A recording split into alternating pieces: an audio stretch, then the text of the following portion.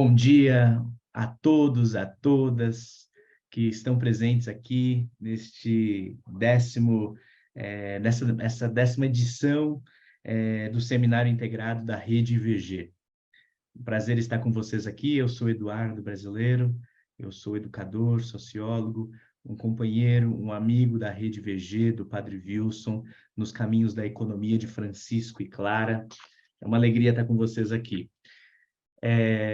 Nesta manhã, em que fomos já alimentados pela experiência da apresentação do IVG e de toda essa rede que se tece na Grande Florianópolis há mais de 40 anos, este trabalho bonito, nós abrimos o nosso seminário de rede que acontece anualmente. E o seu objetivo é, de fato, refletir e dialogar coletivamente sobre pontos essenciais do trabalho socioeducativo, na cultura do encontro e na cultura do trabalho em rede, como o Padre Wilson gosta de nos provocar. Neste ano, e é um ano especial, porque temos um período interessantíssimo de abertura para várias entidades, então não só a Rede VG, mas pessoas do Brasil inteiro podem e estão participando, Vigente de Minas Gerais, Vigente da Articulação da Economia de Francisco e Clara, Vigente de outros estados, e também os companheiros, as companheiras, os voluntários, as organizações sociais, os profissionais de diversos setores, os entusiastas de pensar a relação humana e acolher o humano. Então, é uma grande alegria ter esse momento aqui e poder mediar esse encontro entre o Padre Wilson Gro e também o Padre Júlio Lancelotti, que em breve estará conosco. Nesse dia, vocês também terão um encontro à tarde sobre os desafios dos processos socioeducativos com a Carolina Nalon e a Isabela Ianelli. Esse ano que vocês estão aqui participando desse encontro, nós estamos discutindo o eixo formativo de 2023, Mentes, Corações e Mãos em Movimentos.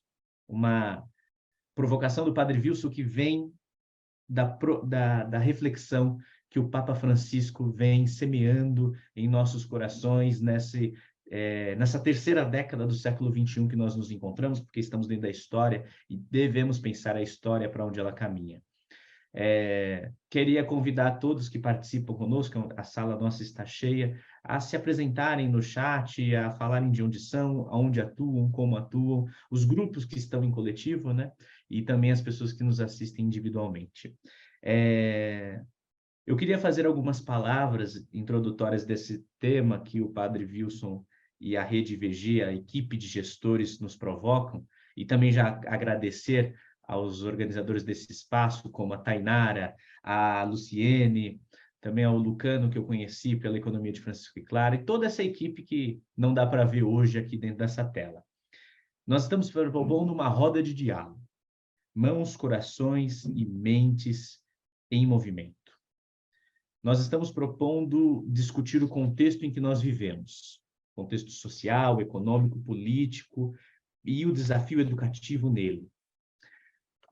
E aí eu acho que nós deveríamos pensar um pouco deste contexto que nós nos encontramos aqui.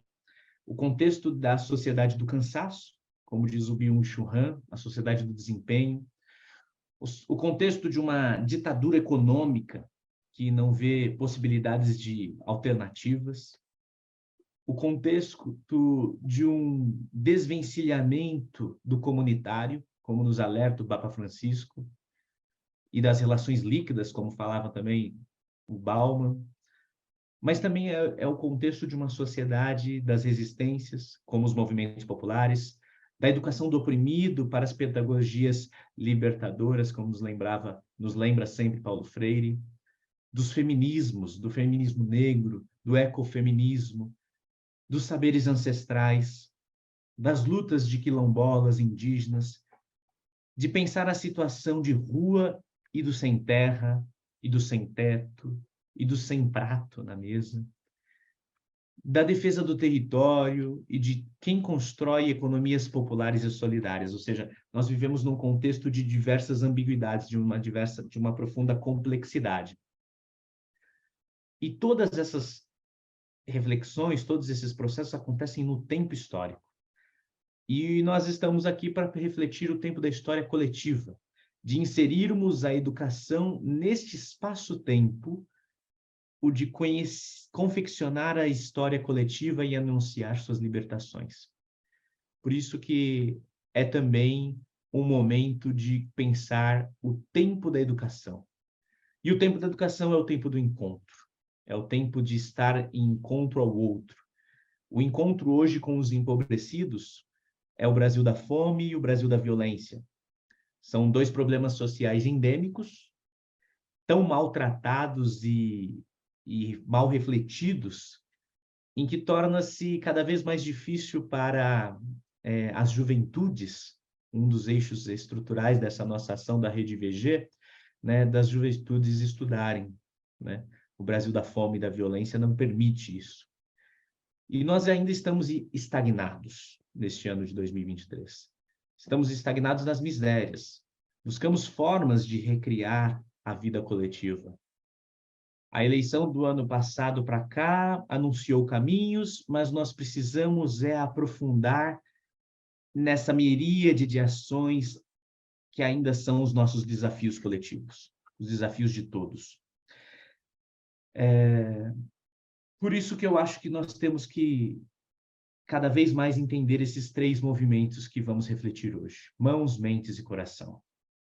O padre Wilson Gro, junto com o grupo da IVG, fez uma provocação para nós de retomarmos a presença geradora que encharca a missão de ser nossa, né? Mentes que refletem e que se desafiam, corações a sentir, deixando-se afetar e, sobretudo, escutando as realidades, e nossas mãos a tocar as múltiplas realidades, agarrando cada criança, agarrando cada juventude, num gesto de comprometimento e pertencimento.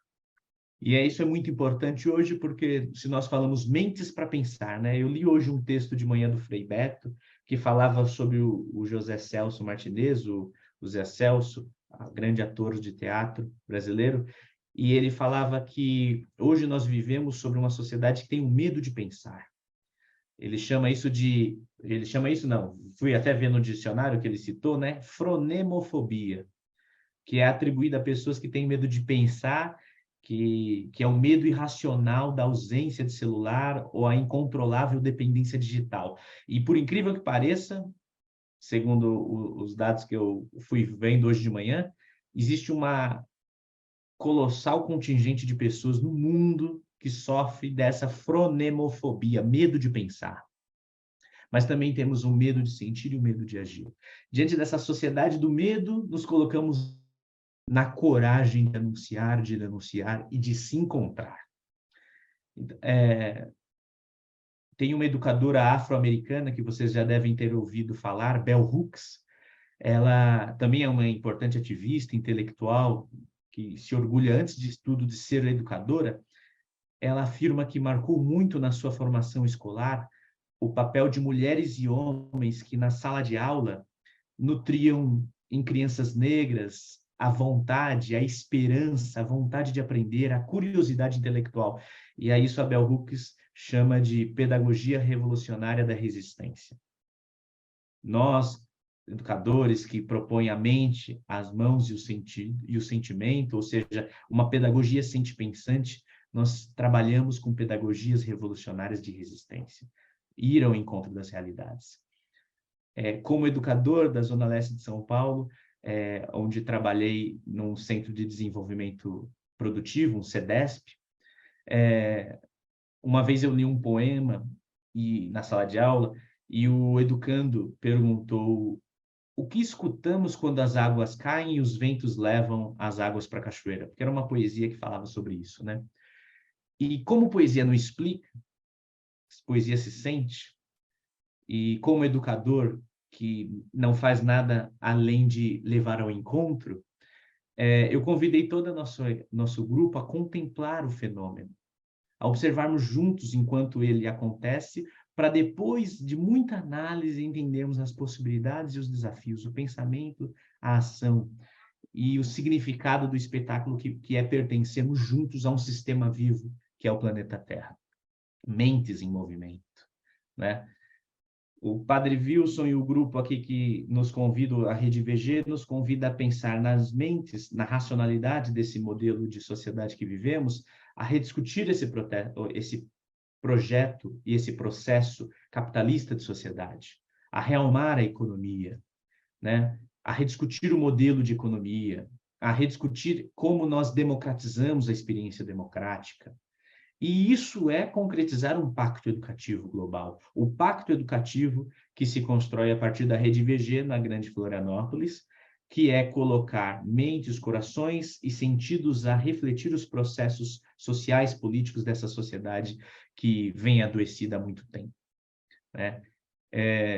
Num determinado momento, o Padre Wilson fala, reerguer a estrutura por uma solidariedade comunitarizada. Então, reerguer uma estrutura e uma solidariedade comunitarizada que caminhamos. E, por fim, reivindicar uma prática pedagógica que se paute pela inclusão da diversidade de todas as pessoas, né? Diversidade racial, LGBTQIA+, a neurodiversidade. Então, mentes, corações e mãos em movimento. E aqui nós temos os queridos Padre Wilson, Padre Júlio, que são educadores, que são companheiros da nossa caminhada a nos animar na missão evangelizadora e na missão de encontro com as realidades.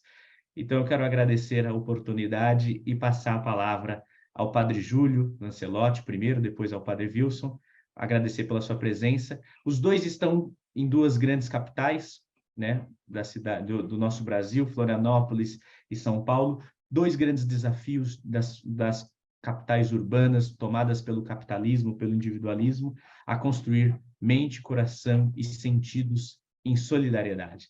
Então, Padre Júlio, bem-vindo. É uma alegria ver essa dupla funcionando de novo e participando de novo, que é Padre Wilson e Júlio conversando, que são dois padres que se apresentam, como é muito raro se apresentar por aí, como pedagogos, e eu acho bonito isso, como educadores.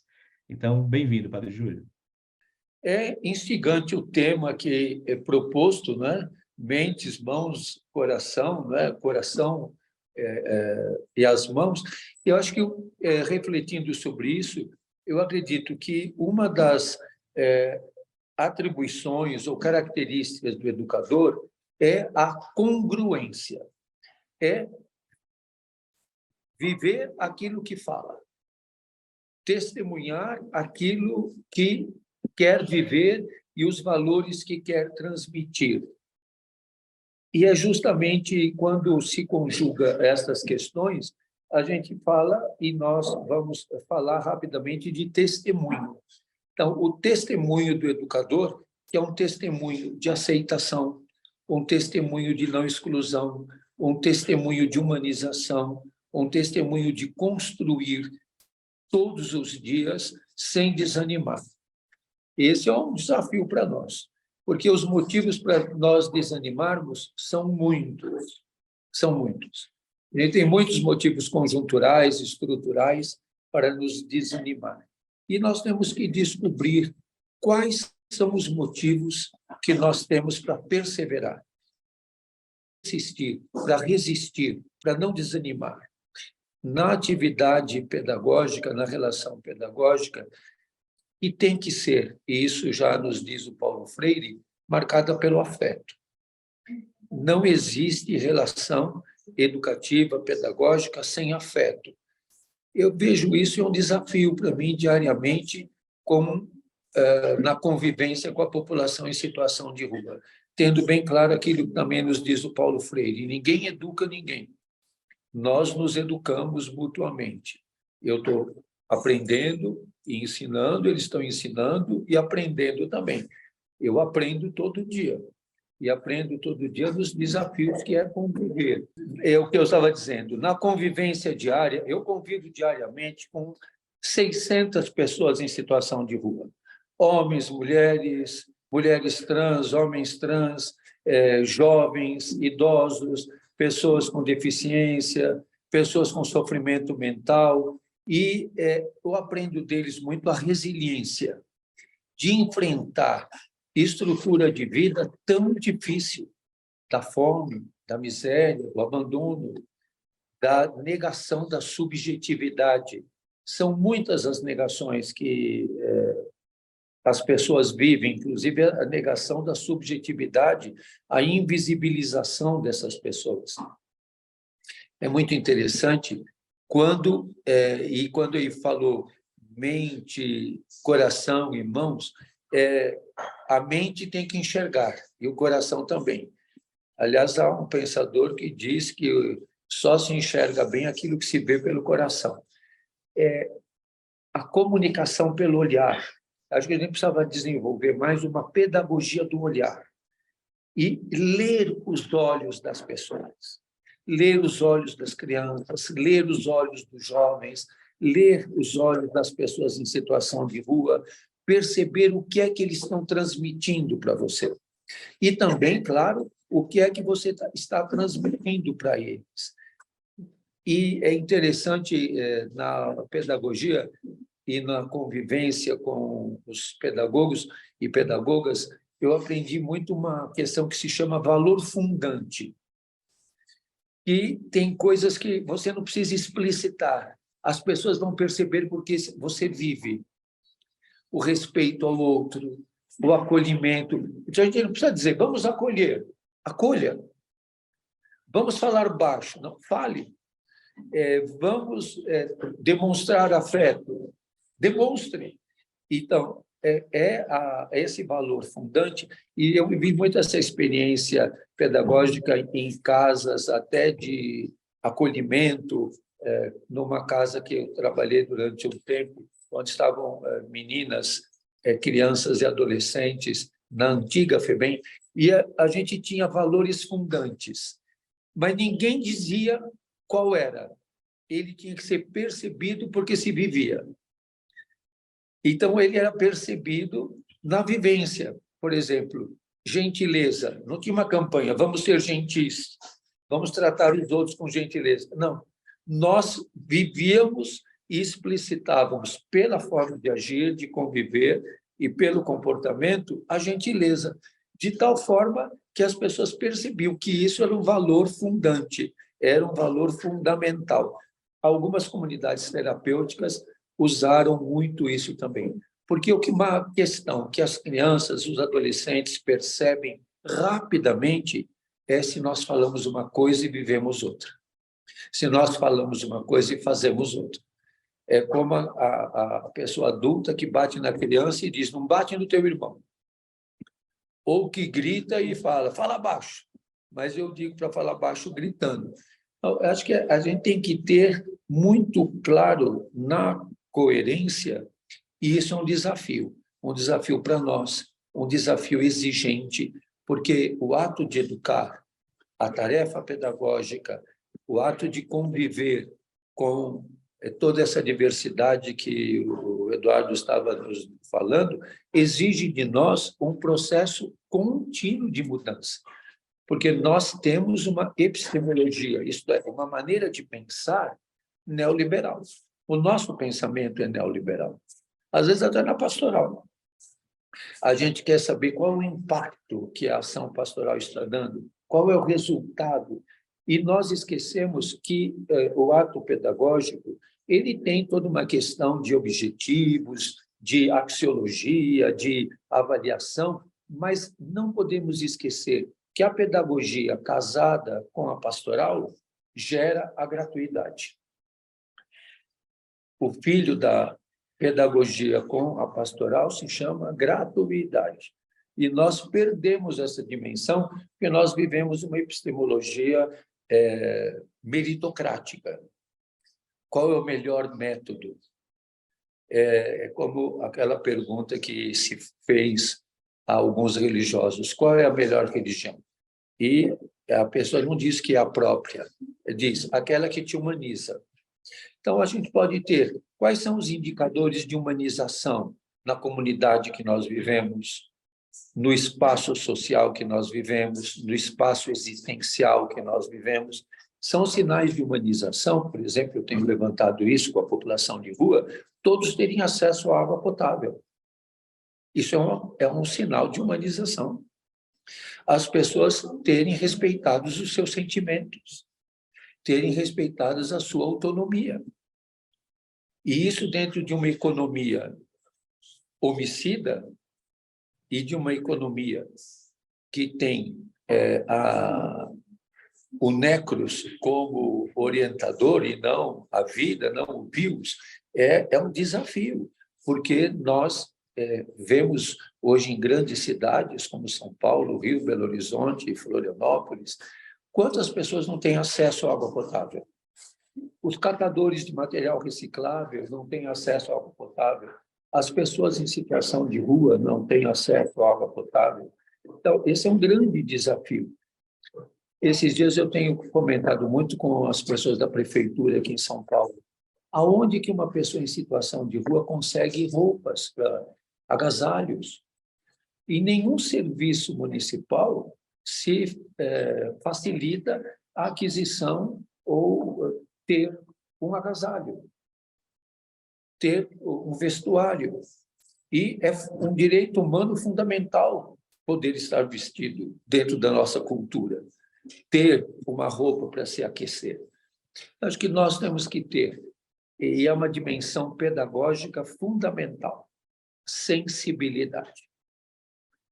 E a sensibilidade desemboca na empatia, se colocar no lugar do outro sem ser o outro. Tentar ler o mundo a partir dos olhos do outro. Isso é um ato supremo de amor. O amor é a capacidade de ler os olhos da pessoa amada e ler o mundo a partir dos olhos da pessoa que você ama, para que você possa compreender os sentimentos, as emoções, até as contradições, os conflitos. E toda essa pedagogia, todo esse caminho é extremamente conflitivo. O Eduardo, que é um grande pensador, e junto com o padre Wilson, poderiam nos ajudar a desenvolver essa pedagogia do olhar e a pedagogia do conflito. E nós temos que saber que no mundo que nós vivemos, não se humaniza a vida sem conflito. E o padre Wilson sabe muito bem disso, de todos os conflitos que ele enfrenta, e eu já estou virando PhD em conflito. Então, o que é essa pedagogia do conflito? Porque muitas vezes nós queremos negar o conflito, quando temos que entender o conflito. Saber que o conflito se dá antes da nossa chegada, já está presente. E que humanizar a vida no meio do conflito é extremamente desafiador. E outro dia eu estava num programa na televisão com a Paola Carrossela e com a Sônia Bride, e no final tinha um jogo de perguntas, não sei se alguém viu esse episódio, que é lá uma comida que se faz, e nós comemos juntos, aliás, era uma comida muito boa, e a Paola perguntou para a Sônia Bride, uma jornalista brilhante, perguntou para ela, quem é você na fila do pão? E aí a Sônia pensou e falou, bom, eu na fila do pão sou aquela que quer saber onde foi plantado o trigo, de quem que era o terreno, como que foi a colheita, quanto ganharam os ceifadores, como é que esse trigo foi embalado, se ele é orgânico ou não é, uma jornalista investigativa. E aí elas perguntaram para mim, e você, padre, quem é você na fila do pão? Eu falei, olha, na atual conjuntura, eu diria, eu sou o último na fila do pão e aquele que vai ficar sem o pão. Aí até elas olharam para mim e falaram, nossa, padre. Eu falei, sim, porque quem está do lado dos cancelados é cancelado. Quem está do lado dos indesejáveis vai ser indesejado. Quem está do lado dos que sofrem vai sofrer. Quem está do lado dos feridos vai ter uma ferida também. Então, nós temos que saber bem, e ontem eu li uma frase do João Sobrinho, numa entrevista belíssima, que ele deu a uma jornalista, está publicado, pena que ainda não em português, está só em espanhol. Ele falou, e isso é importante para todos os educadores e educadoras, para onde nós caminhamos e com quem? Com quem você está caminhando? Você é aliado de quem? É interessante os grupos de transformação, às vezes até alguns guerreiros e zapatistas, eles dizem, na hora que você estiver na trincheira e que a bomba estourar, vê quem é que está do teu lado. quem é que ficou? Nós, educadores e educadoras, somos aqueles que temos que ficar sempre do lado. Não podemos abandonar, em nenhum momento, abandonar aqueles que nos desafiam, que nos educam, que nos humanizam, que nos fazem caminhar e que muitas vezes vivenciam conflitos. Eu lembro muito de um jovem com quem eu convivi na pastoral do menor, e ele fez 18 anos e foi preso. E eu fui visitá-lo na delegacia e ele estava muito chocado. Foi a primeira vez que ele tinha sido preso. Era um dia chuvoso. Aí eu entrei ali na carceragem, parei na grade e ele veio algemado com as mãos para trás. E quando ele me viu, ele chorou muito, de vergonha, de tristeza, de sofrimento de estar encarcerado. E aí, no final da nossa conversa, ele disse: Padre, enxuga as minhas lágrimas. Porque ele não podia voltar lá para a cela com o rosto banhado de lágrimas. E eu ainda sou da idade daqueles que usa lenço, e aí eu tirei o lenço do bolso e enxuguei as lágrimas do rosto dele. Mas isso nunca eu esqueci, marcou muito a minha vida. Enxuga as minhas lágrimas. Eu acho que nós temos que enxugar as lágrimas dos que choram, sorrir com os que estão sorrindo, estar junto dos que estão sofrendo, nunca abandonar.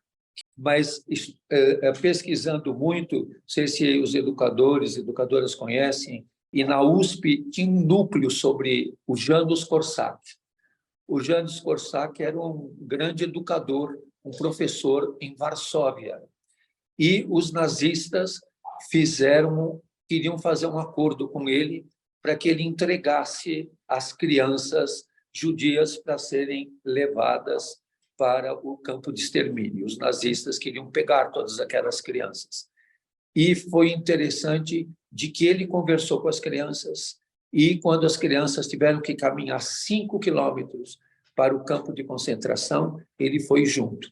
E a cidade inteira se comoveu ao ver o grande educador János Korczak caminhando com os seus alunos, com as crianças do lugar onde eram acolhidas, crianças, meninos e meninas, e muitos de família judaica e que estavam sendo perseguidos. Ele caminhou junto com eles para o campo de concentração, morreu junto com eles. E todos foram, numa situação dramática como essa, movidos pela serenidade, pela coerência, por uma vida de entrega e uma vida amorosa. É isso que eu desejo a todos os educadores e educadoras, ao Padre Wilson e a todos. Força e coragem, ninguém desanime, caminhamos sempre na força do amor. Muito bem, obrigado, Padre Júlio, por essa palavra de sabedoria. Padre Wilson quer dizer alguma coisa ao Padre Júlio aqui, antes que ele... Agora. Quero agradecer ao Padre Júlio por essa reflexão, para os nossos educadores, educadoras e outros educadores e educadoras do país que também estão sintonizados conosco, da sua forma de colocar, que é um testemunho que nos ajuda a olhar na dimensão que você colocou muito bem, na perspectiva do afeto, na perspectiva do olhar, na perspectiva da construção e na dimensão da pedagogia do conflito. Essa pedagogia, como você diz, já está estabelecida. Na medida que a gente se coloca ao lado dos enfraquecidos, empobrecidos, injustiçados, a gente toma lado e desvela o conflito. O senhor colocou muito bem. E ao desvelar o conflito, a gente desencadeia processo. E ao desencadear os processos, a gente vai construindo as alternativas e gerando a vida. Então, muitíssimo obrigado por esse momento conosco, Padre Júlio. Muito obrigado ao Padre Júlio, obrigado, Padre Wilson, também por essa conexão aqui com ele. Vocês sabem que, ouvindo o Padre Júlio, a gente fica tomado por uma inquietude profunda, né? Inclusive, enquanto pedagogos, educadores, educadoras, a gente sempre passa por essa sensibilidade de falar: mas por que não pensei isso? Como não pensei isso? A realidade está sempre na minha frente, né? E o Papa Francisco, que inspira muito o Padre Júlio, também Padre Wilson, ele falava, sempre retomando uma filosofia que ele aprendeu de um padre jesuíta, que agora não me vem o nome dele na cabeça, mas ele sempre falava assim: a realidade é superior à ideia. Nós, enquanto educadores, educadoras, nos nossos processos de formação humana, social, pessoal, familiar, nós somos tomados por grandes desejos, grandes processos de transformação do outro. E nós vamos descobrindo, no meio do caminho, no encontro com as realidades, que a realidade que nos transforma, que nos habita. Quando estive aí em Florianópolis, conheci o IVG, fui tomar um café com o Padre Wilson, de muitas vezes que estive, e também ao encontro com o Padre Júlio que eu fiz lá com ele lá no espaço que ele está criando, a casa que ele estava fazendo, de Francisco e Clara, e tem até um nome específico da santa que eu estou me esquecendo agora.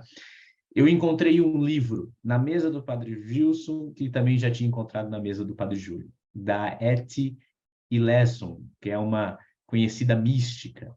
E para nós educadores, eu acho que ela ensina muito, porque ela fala justamente sobre habitar a interioridade, alargar o coração e trazer a morada de Deus em nós a partir do encontro com os outros. É de uma poesia, é de uma mística muito profunda. Vou escrever o nome dela no chat para que vocês busquem a poesia dela. E o que anima esses queridos educadores que nós ouvimos aqui agora de manhã, Padre Wilson e Padre Júlio, é isso. Alargando o coração à morada de Deus a partir do encontro com o outro. E é preciso coerência, é preciso sensibilidade, é preciso conflito. Tá aí, Padre Wilson, eu acho que eu vou te procurar para a gente falar sobre a pedagogia do conflito e a economia do conflito, né? Essa que questiona a nossa realidade. E estando juntos a gente caminhar.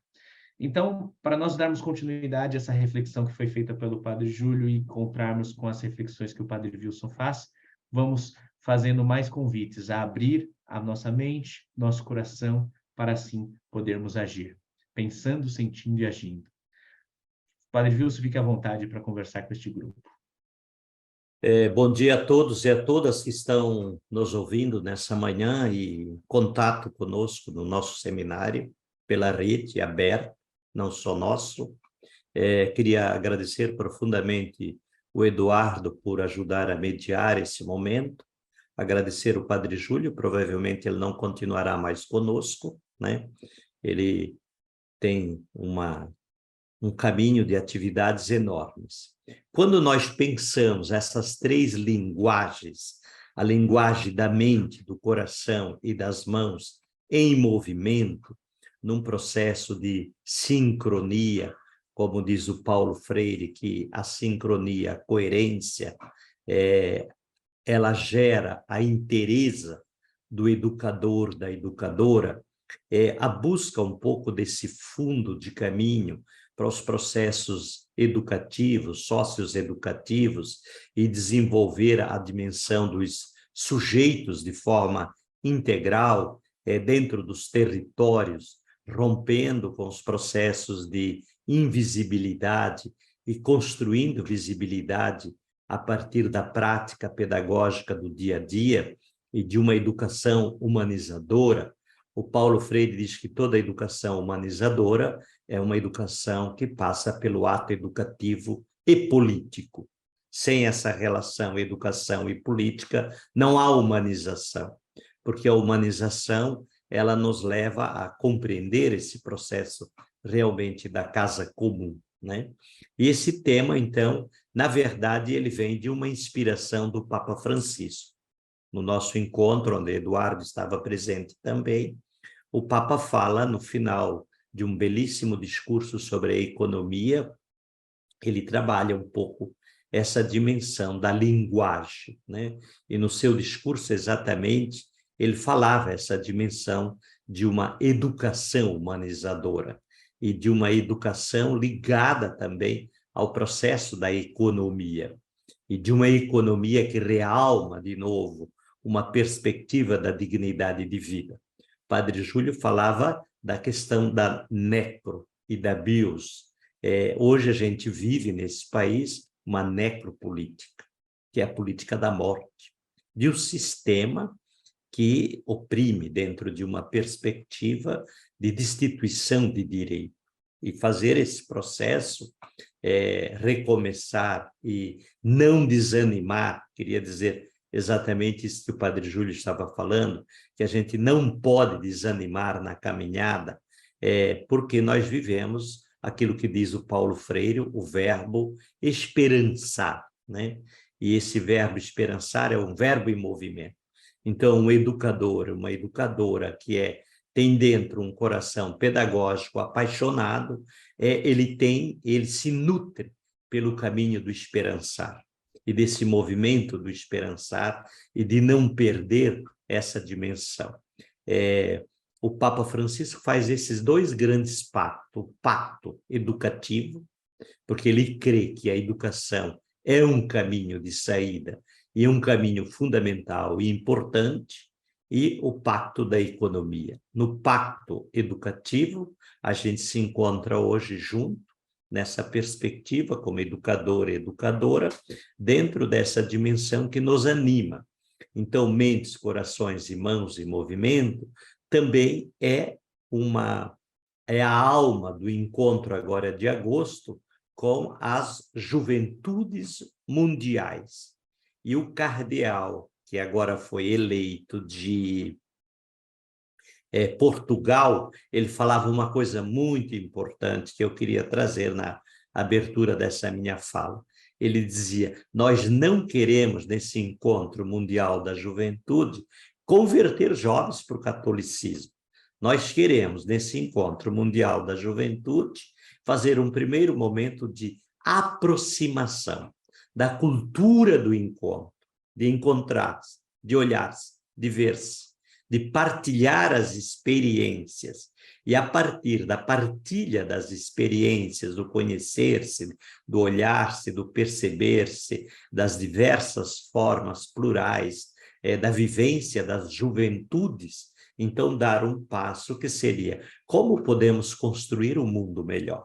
E como podemos construir um mundo melhor, não na visão do proselitismo, mas na visão do respeito à diversidade de cada um, de cada uma, na sua forma plural de viver e de pensar.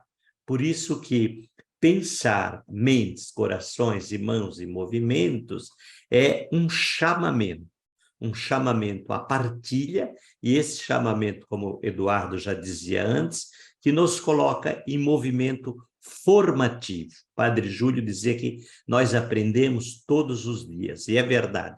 Hoje, quando abri a minha porta, já chegou de manhã cedo, era cedíssimo, antes das 7, uma trans que chegou e ela me perguntou: você viu o quadrinho que eu te dei de presente há uns 20 dias? Eu disse: sim, o quadrinho, se chama Tina. E ela fez um quadrinho muito bonito. E aí se olhamos, se interagimos, e ela disse: você teria uma cobertinha para me dar por causa do frio? Então, é uma forma não só de olhar-se, mas depois marquei e disse: venha outro momento, porque a gente toma um café junto. Esse processo do acolhimento ao diverso, sem julgamento, sem pré-ideias, porque o prejuízo, o preconceito é as ideias pré-fabricadas. Então, essa dimensão da pluralidade, né? Esse chamamento formativo contínuo, aonde nós aprendemos todos os dias como educadores e educadoras, na relação com os educandos, aprendemos a partir do seu corpo, a partir da sua marca, a partir da sua pele, né? Esse chamamento para refletir e se deixar desafiar as nossas mentes. O Eduardo dizia: vivemos numa sociedade do cansaço, numa sociedade cada vez mais difícil, com essa linguagem do neoliberalismo, como dizia o Júlio, e como construir uma perspectiva do coletivo, não? Então, se deixar desafiar com as nossas mentes na perspectiva formativa, é esse olhar da conjuntura diário, na prática do dia a dia, de fazer leitura de si, leitura do outro, leitura de mundo. É se deixar desafiar pelo coração, é se deixar sentir, é se deixar afetar, e, sobretudo, é escutar, não? Essa dimensão de que o coração é capaz de trazer um outro olhar, uma outra visão de mundo, um outro sentir, um outro romper diariamente com a naturalização da injustiça, não? E, ao mesmo tempo, tocar com as mãos as múltiplas realidades, agarrando, no nosso caso, cada criança, cada adolescente, cada jovem, olhando o potencial que ele é e trabalhando esse potencial na perspectiva da aprendizagem, não? E nessa perspectiva, partindo dos territórios onde todos nós habitamos, trabalhamos e pensamos a partir dessa realidade, onde as nossas mãos em movimento fazem o grande processo, que é o processo da aprendizagem. Nós, por exemplo, estamos já há 4 décadas na Grande Florianópolis, que é o chão dos territórios onde nós pisamos o dia a dia, a nossa vida, onde trabalhamos com quase 6.000, onde temos 9 organizações nessa relação de construção, e aí a importância de construir-se em rede, com uma perspectiva de projeto em rede, rede de projeto, que vai desde os 4 anos até 24, que abriram uma alternativa concreta, real, que se toca, que se vê, que se sente, aonde um menino de 4 anos pode chegar à universidade. Ultimamente temos os jovens voltando do sírio-libanês, que fizeram residência, jovens fazendo seu doutorado, jovens trabalhando, jovens assumindo as nossas próprias organizações em termos de levar para frente essa perspectiva. Então, o processo da linguagem, coração, mente e mão é um processo que constrói uma outra alternativa possível dentro de todo esse processo dessa pedagogia conflitiva, da prática do dia a dia, e que gera essa saída. Então, nessa perspectiva de experimentarmos o processo diário do trabalho e de já desabrochar esse trabalho em rede. Creio que cada educador, cada educadora, cada uma que está nos ouvindo, todo mundo é educador. E aí trabalhar em rede é uma saída num contexto da sociedade fragmentada. Trabalhar em rede é uma perspectiva que nós temos dentro de um caminho possível aonde a gente se vê coletivamente e se constrói coletivamente e trabalha coletivamente a partir de agarrar essa esperança, esse sonho e fazer sonhar aonde não se tem mais o direito de sonhar.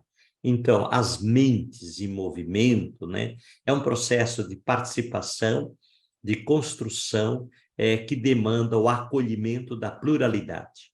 E esse acolhimento da pluralidade traz para as nossas mentes e para refletirmos uma dimensão importante que é descolonizar, reaprender.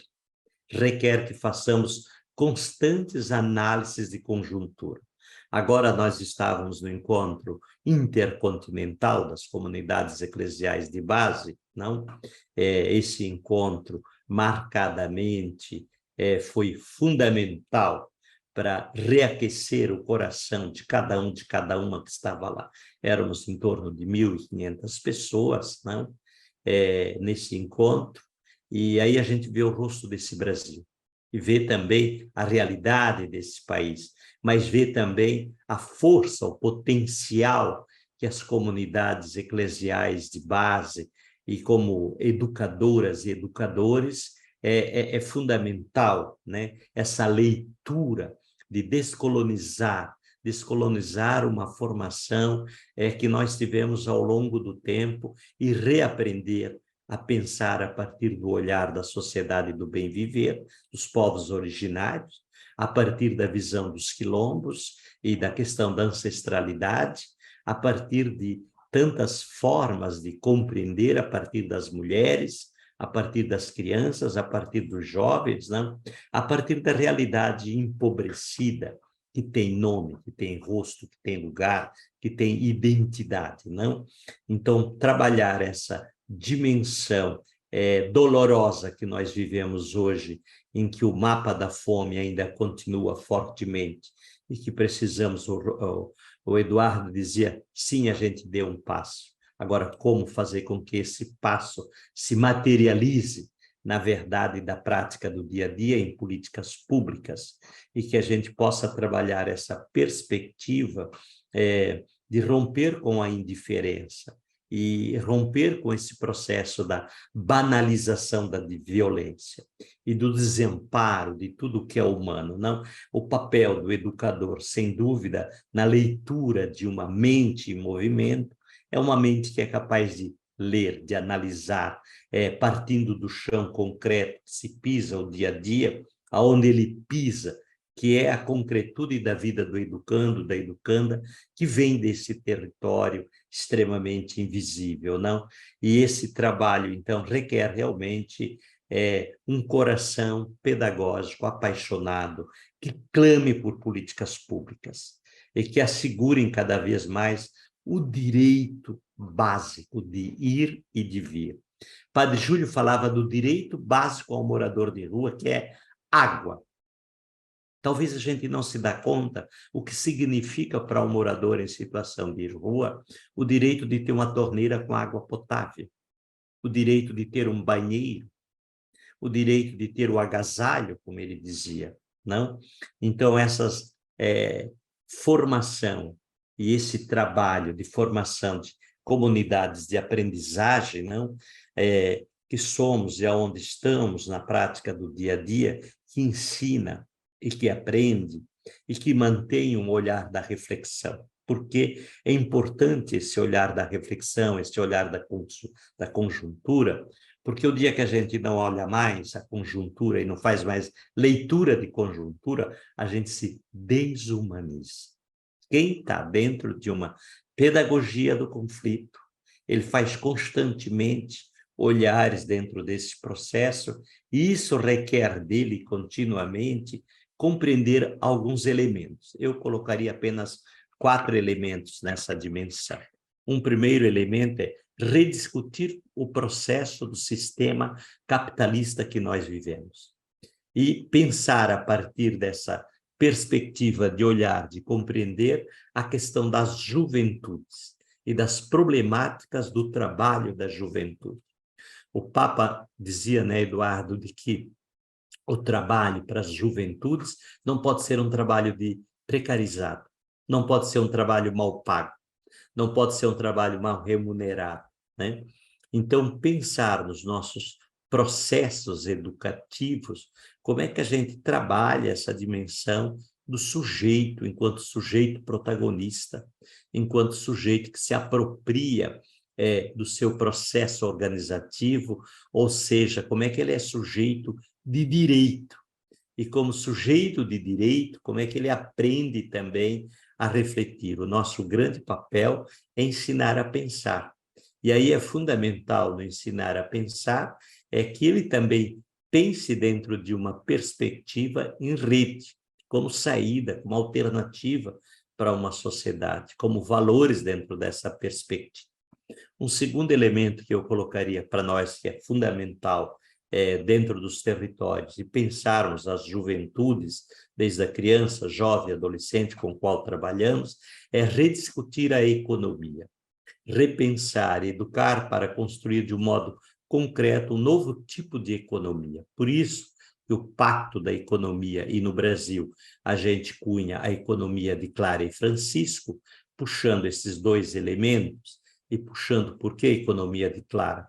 Porque hoje, nos nossos territórios, a grande força feminina são a produção, e quem traz o sustento para dentro de casa são as mulheres.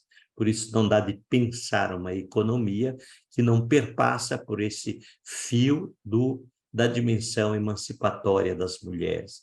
No encontro das comunidades eclesiais de base, era nítido e era belíssimo perceber quantas formas organizativas de produção e criativa das mulheres em termos de sustentabilidade, de enfrentamento do sistema e dessa economia E o Papa diz que a economia que mata, que é a economia da idolatria, a economia financista, a economia que não gera trabalho nessa perspectiva.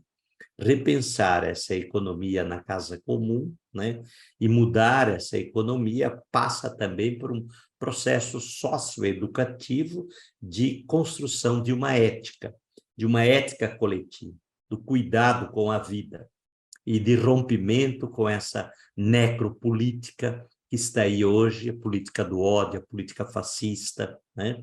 E construir outras formas na perspectiva do chão onde nós trabalhamos na prática do dia a dia, numa perspectiva cada vez maior do cuidado com o outro, do cuidado com a vida. O Papa fala muito da cultura do descarte. É a cultura que não perpassa por essa relação do olhar, essa relação da mente, do coração e das mãos, porque ela invisibiliza esse processo, né? Então, a importância da gente trabalhar essa perspectiva econômica que realma a economia a serviço da vida, a serviço da casa comum, a serviço do coletivo, naquilo que diz o Papa Francisco aos movimentos populares: todos teriam direito à terra, todos teriam direito à casa, todos teriam direito à terra, todos teriam direito ao trabalho, e todos nesse Brasil ter direito sagrado de comer, né? O comer é um direito sagrado. Então, o terceiro elemento seria rediscutir a democracia econômica. Democracia não pode ser percebida apenas como um aspecto da representatividade. Democracia tem de ser pensada dentro de uma perspectiva. E aí o Papa Francisco diz: não há democracia com fome, nem desenvolvimento com pobreza, nem justiça na desigualdade. Por isso é necessário que a gente trabalhe essa perspectiva cada vez mais de integrar a discussão de democracia e economia, que passa pela questão do direito de acesso ao trabalho, do direito de acesso à dignidade de vida, do direito de acesso a um salário justo para sustentar a sua família. A gente poderia dizer que o salário mínimo é legal, mas não é justo, porque numa família que só se vive de salário mínimo, não tem como perspectiva a dignidade daquela casa, não? E um quarto ponto é reivindicar uma prática pedagógica plural, aonde essa pluralidade possa trabalhar também essa dimensão da neurodiversidade, da diversidade racial, da diversidade de gênero, né? Do acolhimento a todo esse processo. Então, a leitura conjuntural ela é fundamental do sistema, dessa pedagogia do conflito, para ver por onde a gente trilha a realidade, porque isso traz a história do adolescente para dentro da escola, para dentro dos espaços educativos, e trazer a sua história para dentro dos espaços educativos para reconstruir a produção do conhecimento. Senão a gente pode trabalhar um conhecimento extremamente pronto, dado, encaixotado, e a gente não abre espaço para que nele entre a vida. Por isso é fundamental a pedagogia dentro dessa perspectiva da linguagem do coração, de um coração que trabalha as relações, como dizia o Padre Júlio, do afeto. A relação de afeto, ela se torna efetiva. E a relação do afeto, dentro dessa perspectiva do coração, é fundamental para a gente não se desumanizar, senão a gente se desumaniza. Ter um coração nessa perspectiva de trazer a saúde mental, né? É fundamental hoje trabalhar a saúde mental nos nossos espaços, nas nossas equipes, na relação com os educandos e educandas, porque vivemos nesse tempo pandêmico também, muita depressão, muito desencanto, muita falta de sentido. Então, o coração é aquele que pulsa os sonhos coletivamente. Ter um coração em movimento significa manter a chama de um coração pedagógico apaixonado. Ou seja, um coração que se deixa afetar, um coração que brilha, um coração que se move, um coração na direção oposta ao piloto automático. Quando eu trabalhava com os professores, educadores, e ainda continuo trabalhando, mas trabalhei muito com as escolas públicas, educadores de escolas públicas, eu sempre discutia coisas assim, uma coisa muito corriqueira, concreta, como é que a gente toma o banho? A gente ainda lava o pé com a nossa mão, ou a gente passa um pé em cima do outro e sai correndo? Porque a gente pode entrar no piloto automático, e no piloto automático a gente se embrutece. Na prática de um coração pedagógico apaixonado, é um coração que se deixa afetar no sentido de criar afeto. E essa dimensão de afetos, né, ela vem de uma palavra latina, que quer significar ser tomado por sentimento comovido. A paixão, né, ela leva, ela move, ela cria resistência, ela entra na resiliência, como dizia o Padre Júlio. Afeto é aquilo que nos atravessa e que nos faz atravessar, nos modifica, nos move, interage na prática do dia a dia. Então, todo encontro, todo processo socioeducativo tem que ter afeto. Aonde não há afeto, não modifica, não altera, não faz construção. O afeto é uma capacidade que nos desloca continuamente para acolher a pluralidade, a diversidade, a alteridade. Colocar-se no lugar do outro nos move com compaixão a uma ação, ou seja, a assumir com toda a garra o processo pedagógico, com todos os nossos punhos diariamente, a educação como a dimensão mais profunda que pulsa em nossas veias como educador e educadora, não? Isso nos leva, então, às mãos, que é o movimento que nos faz refletir sobre as mãos e termos as mãos em movimento. O gesto que queremos imprimir é de estender um ao outro, a mão.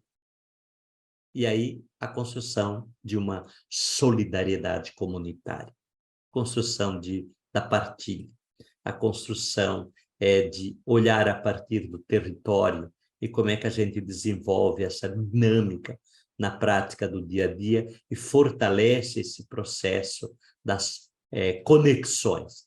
Ontem a gente trabalhava com os nossos educadores que estão trabalhando com a área da informática e conversávamos qual é a nossa visão crítica da informática e humano. Como é que nós trabalhamos essa dimensão, né?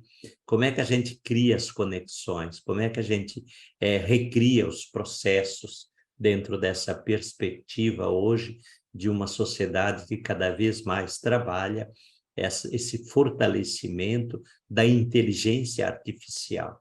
E onde fica o humano nisso tudo? Não dá de perder o humano dentro dessa perspectiva. Então, é preciso, dentro dessa perspectiva, sem dúvida, construções de práticas com e não para, né? E aí a gente desencadeia processo, que é o que diz o Papa Francisco, entre o tempo e o espaço, o importante é desencadear processo, porque o importante é construir perspectivas nessa relação. E aí é importante, na perspectiva pedagógica, na prática do dia a dia, a partir dos territórios e nos processos educativos, como é que a gente trabalha a relação engrenada, congruente entre o social, o pedagógico e a gestão em processos educativos, não? E tendo o território e a realidade como base. Aquilo que Eduardo dizia, o Papa já nos falava, a realidade nos empurra, não são as ideias. O Júlio também dizia, e aí a realidade do conflito está aí na prática do dia a dia. E a importância de trabalhar essa perspectiva hoje para a gente ter mais força no processo de resistência, de resiliência. Então, precisamos sempre nos antecipar e as respostas estão sempre no coletivo. E trabalhar no coletivo é trabalhar coletivamente, conjuntamente, é mais desafioso, porque eu posso puxar um trabalho sozinho. Sozinho não vou chegar a lugar nenhum. Agora, coletivamente, sim. E aí a importância do trabalho em grupo, a importância do trabalho de educadores coletivamente, e essa humanização também na relação escola, território, educadores, né? Dentro de uma perspectiva que se vê em todos os dias. Eu perguntaria, a gente hoje, quando chegou, viu o educador, que é meu amigo, que é o meu colega, que é o meu companheiro ou a minha companheira, olhou nos seus olhos, ou a gente já começou rapidamente a trabalhar as questões, deu um bom dia, perguntou como é que está. Isso é cuidado, nos tempos que a gente precisa tanto dessa articulação hoje em dia, de uma perspectiva de valorização de cada um, de cada uma, né? Então, viver essa dimensão na prática do fazer, não? E o fazer das mãos, que é uma questão contínua do trabalho. Então, essa linguagem da mente, do coração e das mãos é uma linguagem capaz de humanização, não? E queria ir fechando com essa dimensão que humaniza, porque a humanização e uma educação humanizadora é uma pedagogia que humaniza os educadores e os educandos em solidariedade e vivências coletivas, né? Então, essa possibilidade da troca, da partilha dos saberes, de uma perspectiva que urge, nesse momento da nossa história civilizatória, e que nos dá uma perspectiva de caminho, eu queria concluir um pouco a minha fala com uma bela poesia da Madalena Freire sobre a questão, ligando com aquilo que a gente falava, a pedagogia do conflito, ligando com a palavra educador. O educador, ele educa a dor de um sistema de morte, da necrofilia, de um sistema que descuida da vida, de um sistema do descarte. Então, todos os dias, a função, o papel do educador é educar essa dor de um sistema, de uma economia que mata, de uma economia da idolatria, e abrir um caminho para uma economia que realma a vida, que traz a vida à tona, acima de tudo, na casa comum, do direito, aquilo que diz o Papa Francisco, a terra, o trabalho, a comida, nessa perspectiva. E aí a Madalena diz, vida de educador. Ela diz, educador, educador da falta, a dor cognitiva, educando a busca do conhecimento. Produção, ensinar a pensar, porque o pensamento liberta.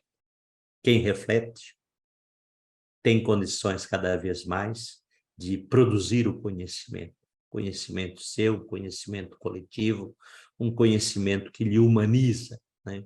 Quando perdemos essa reflexão, o conhecimento, perdemos a reflexão do conhecimento, de produzir esse conhecimento, na reflexão, aprender a pensar, dentro dessa perspectiva, aprender, nos desumanizamos. Educador, educador do limite, a dor afetiva, educando o desejo.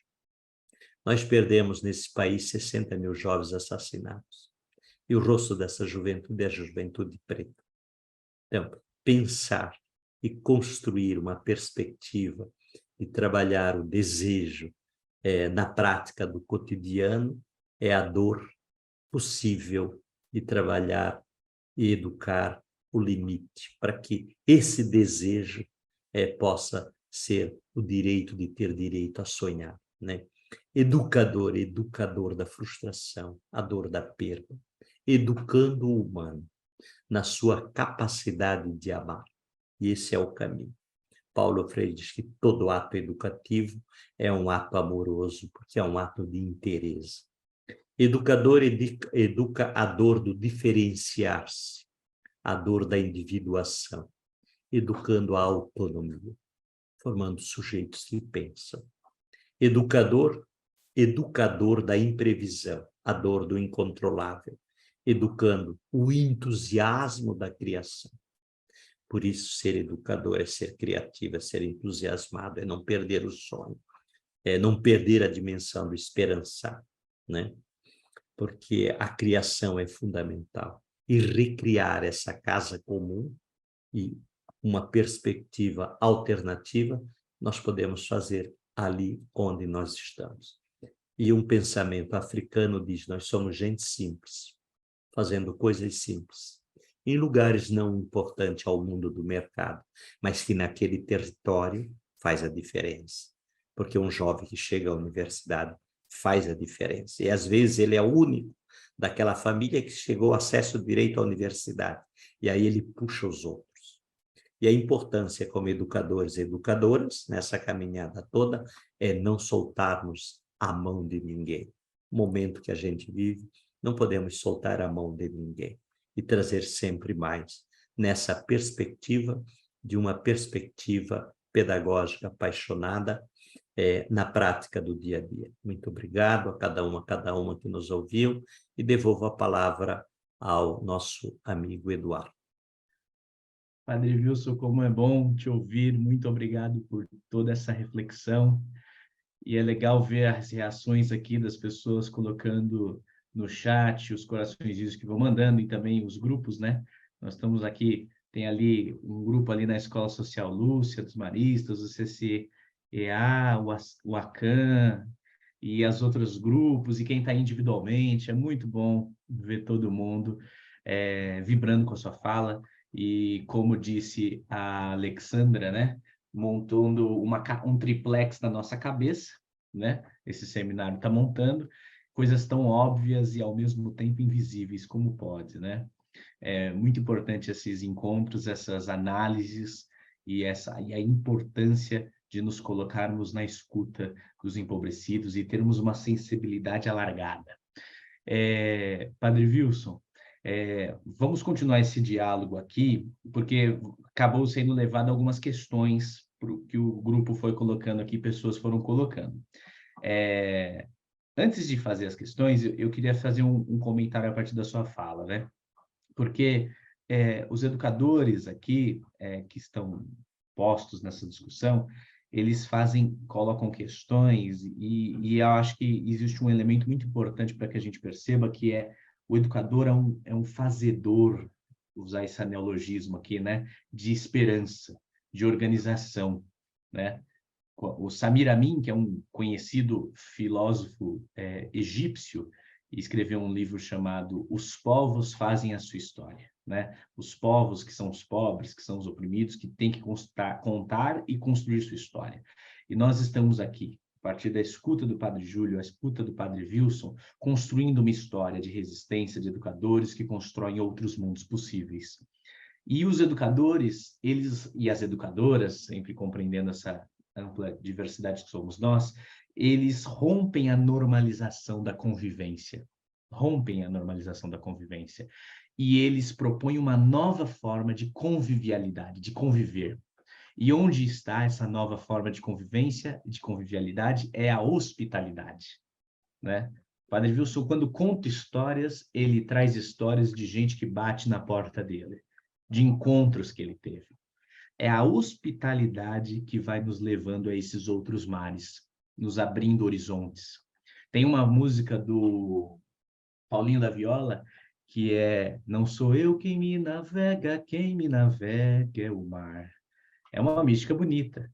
É o mar que nos navega, é o encontro que nos leva ao sentir, ao perceber o outro, né? E isso vai nos colocar os desafios de construir uma participação de todos, que aí a gente fala, olha, os pobres não estão participando, a juventude negra está morrendo.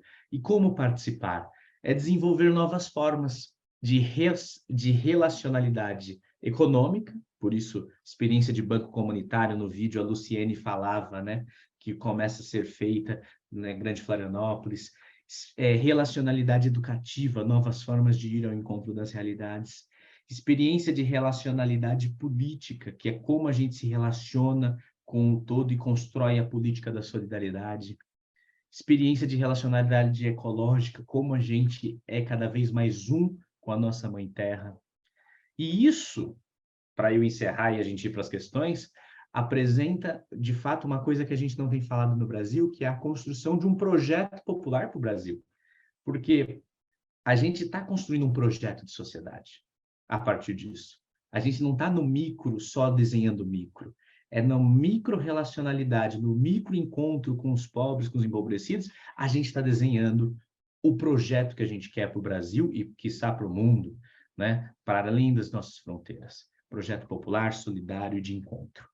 Então, se humanizar é nosso horizonte, um humanismo solidário, um humanismo aberto ao outro, um humanismo criativo e irmão da Mãe Terra, vamos às questões que estão postas aqui, né? A primeira questão, Padre Wilson, foi colocada pela a Isabela. Deixa eu só subir aqui.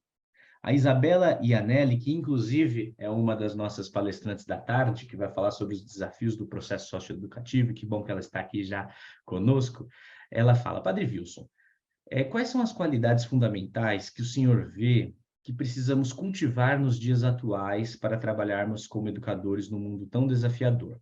Ou seja, ele colocou muitos elementos desses, mas numa síntese do que você disse. E como cultivá-las? Né? Então, obrigado, Isabela. Depois, nós tivemos uma outra pergunta, que foi da Deia Yogini.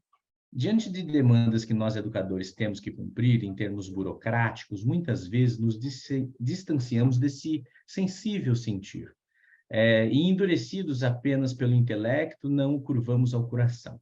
Nessa relação, em busca do equilíbrio, qual seria a sua palavra para nos ajudar a pensar esse lugar de autocuidado, para também estarmos atentos e não nos deixarmos levar pelo automático, pela máquina embrutecedora, como diz o Padre Wilson?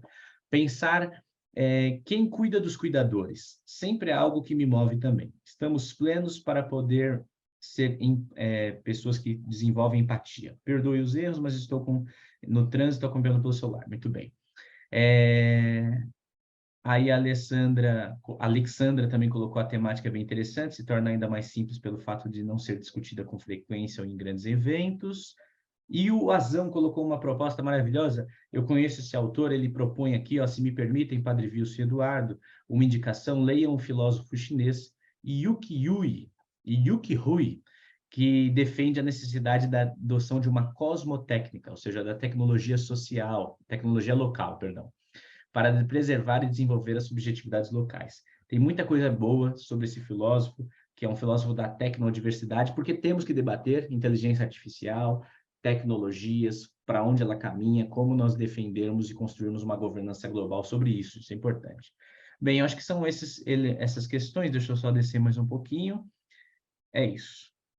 E todos aqui saudando e parabenizando pela fala e agradecendo pela sua contundência, reflexão e vida que se faz, que encarna as realidades. Obrigado pela inspiração, Padre Wilson. Você pode dar algumas palavrinhas?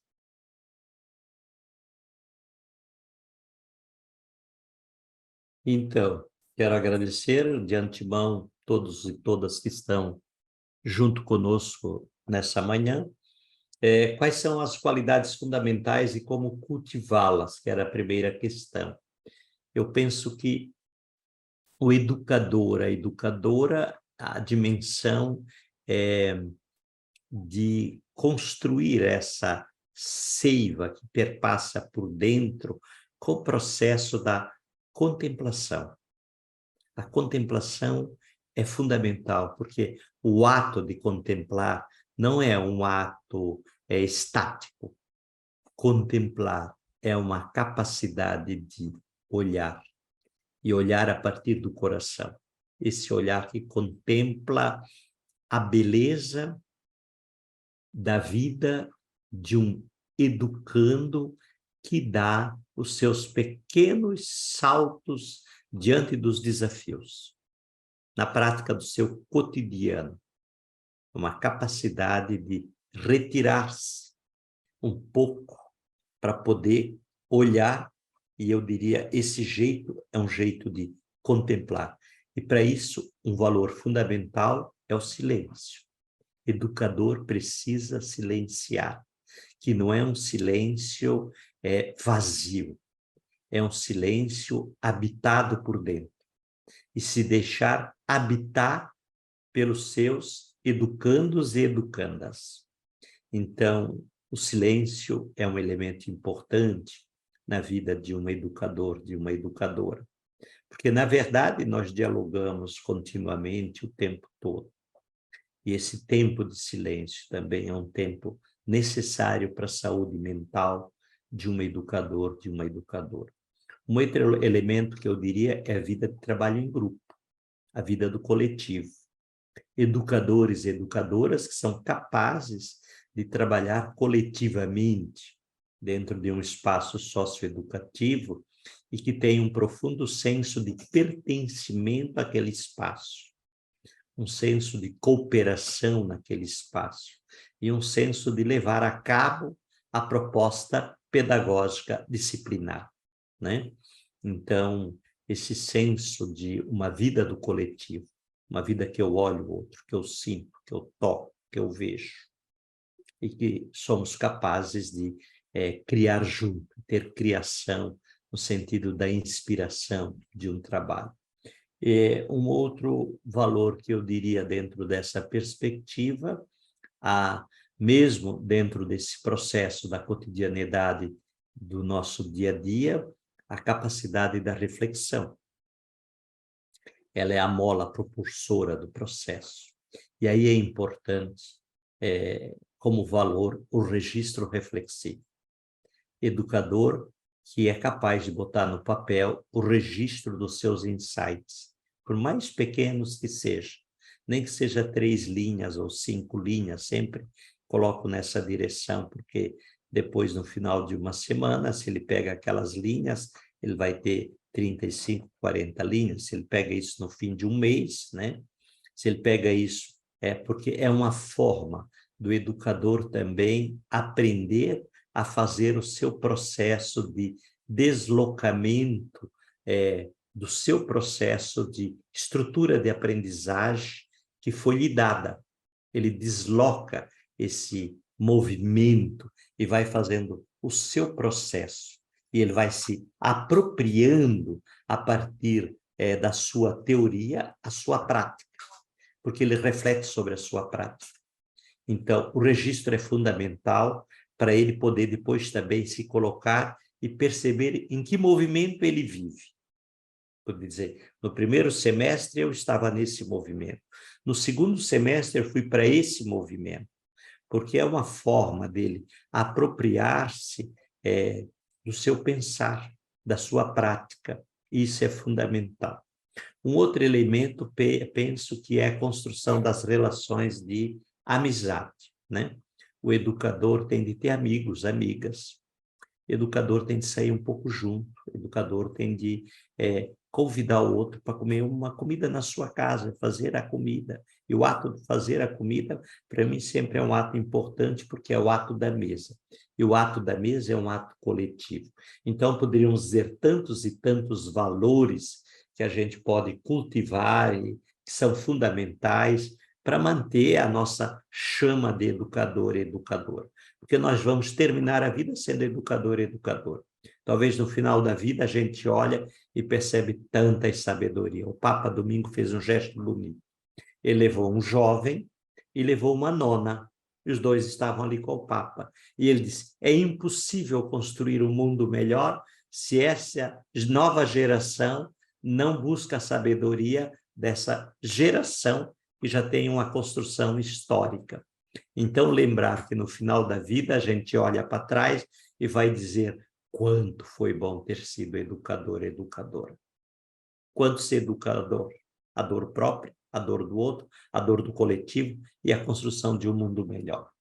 A segunda pergunta que diz qual seria a palavra do cuidado em relação à questão, está já ligada um pouco ao processo do piloto automático, né? Nessa sociedade que a gente vive, a tendência é o tarefismo, a tendência é a correria, a tendência é o pé no piloto automático. Educador e educadora têm de tirar o pé do piloto automático para compreender e trabalhar um projeto de vida. Vocês poderiam dizer, mas tu não tem mulher, não tem filho, é um celibatário que assume uma grande causa e por isso se torna também livre, mas eu diria que, mesmo na prática do dia a dia, esse olhar e ter um projeto de vida, onde nesse projeto de vida a gente tem escala de valores, onde a gente sabe onde investe, com quem anda, para onde anda e de que forma anda. E a partir dessa inserção, desse encharcamento, o que nos move enquanto movimento. Nós não somos pessoas por aí, um caniço agitado pelo vento, não. Nós temos uma perspectiva de proposta educativa, de transformação da sociedade, de transformação desse país, de transformação dos territórios onde nós atuamos na prática do dia a dia, com os nossos centros educativos, com as nossas escolas, por onde passamos, né? Porque o objetivo é construir um país onde possamos realmente viver com qualidade de vida. E construir isso na prática do cotidiano é necessário ter um planejamento. E eu diria, educador também, dentro dessa perspectiva, é necessário a leitura, é necessário a reflexão, é necessário o distanciamento para poder fazer o processo da volta contínua, para recomeçar continuamente, né? E a importância hoje da gente cuidar de quem cuida, mas também quem cuida da gente. Importante. Quem cuida? Eu sempre penso, quem cuida de mim? E quem cuida de mim não é altas, diríamos assim, personalidades. Quem cuida de mim é a minha vizinha, Dona Ivonete. E quando eu chego, ela abre a janela, está na janela e diz, já comeu? E diz, já tomou um café? E diz, não quer tomar um café aqui em casa? Eu tenho um café pronto, quentinho, com o pão que eu fiz, com o doce que eu comprei lá no mercado, com aquele queijo que eu comprei lá. Não quer sentar um pouquinho com a gente, comer? Essa pessoa cuida da gente.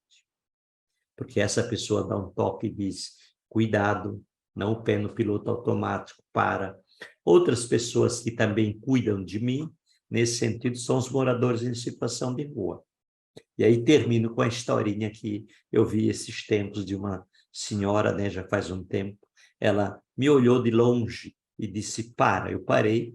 Aí ela disse, me paga um café com um bolinho de carne. Aí terminamos, falamos quase 1 hora. Ela me fez rever a minha agenda. E aí no final ela disse assim, sabes que eu não estava nem com fome. O que eu queria era um ouvido para escutar. Então acho que o cuidador, que cuida, ele também se cuida, mas ele se cuida na relação da reciprocidade. E aí a relação é importante, mas é importante, sem dúvida, esse cuidado com a saúde mental e também aonde a gente bebe.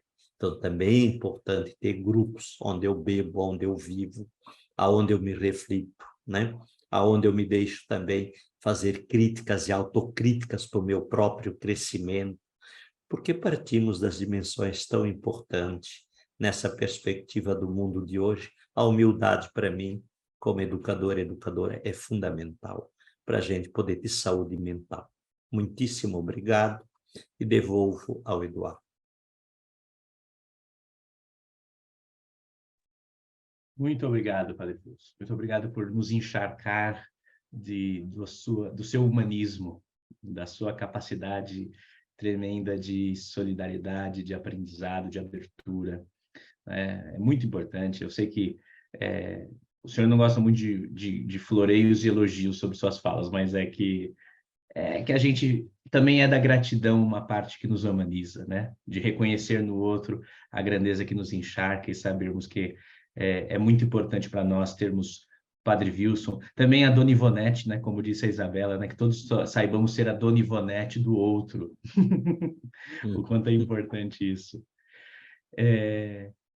E enquanto as pessoas vão agradecendo, eu queria convidar aos grupos que estão coletivamente, ali na escola, nos centros sociais, as equipes que estão reunidas, que possam, depois desse diálogo aqui, fazer uma breve partilha entre vocês que estão aí, já que a gente não está perto, estamos distantes, né, virtualmente, que vocês possam fazer uma breve roda da palavra, assim, para vocês partilharem um pouco e criarem sínteses coletivas sobre a missão dos espaços em que vocês atuam e a provocação dessa fala tão importante do Padre Wilson e também do Padre Júlio. O Padre Júlio falava, né, ler o mundo a partir dos olhos de quem chora, né, a partir dos olhos da pessoa, né? E eu coloquei na época da economia de Francisco e Clara, quando a gente estava divulgando, que era preciso ler o mundo a partir dos olhos de quem chorou, porque a partir dos olhos de quem tem dor, a gente recria o mundo, reorganiza o mundo a partir dos olhos de quem chorou, né? De uns olhos das ausências, de quem nos falta.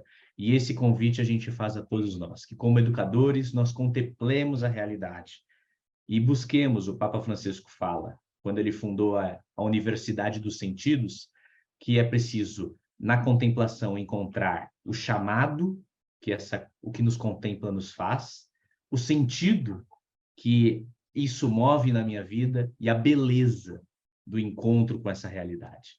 Então, que isso seja o motor que nos move humanamente, humanizados e humanizando-se a todos os dias, buscarmos um novo céu e uma nova terra, como nos chamou o 35º Intereclesial da SEBS esse ano. Construir um novo céu, uma nova terra, aqui agora, a partir dos oprimidos, a partir daqueles sedentos de beleza, de sentido, de chamado, de encontro. Quero agradecer a Tainara, a Luciene, a equipe do IVG pelo convite, a mediar o Padre Wilson e o Padre Júlio, e convidá-los que às 14 horas o grupo vai ter, às 14 horas do horário de Brasília, vai que tem gente aqui que não está no horário de Brasília, a nos encontrarmos para ouvir a Isabela e eu estava aqui com o nome dela, da Ana, né? Deixa eu ver aqui. A Isabela e a Nelly e a Carolina Nalon, mediados pela Tainara, sobre os desafios do processo socioeducativo. Encerro por aqui, se alguém do IVG quer falar alguma coisa, senão a gente já se despede. Muito obrigado. É isso, né? Então, tchau, tchau.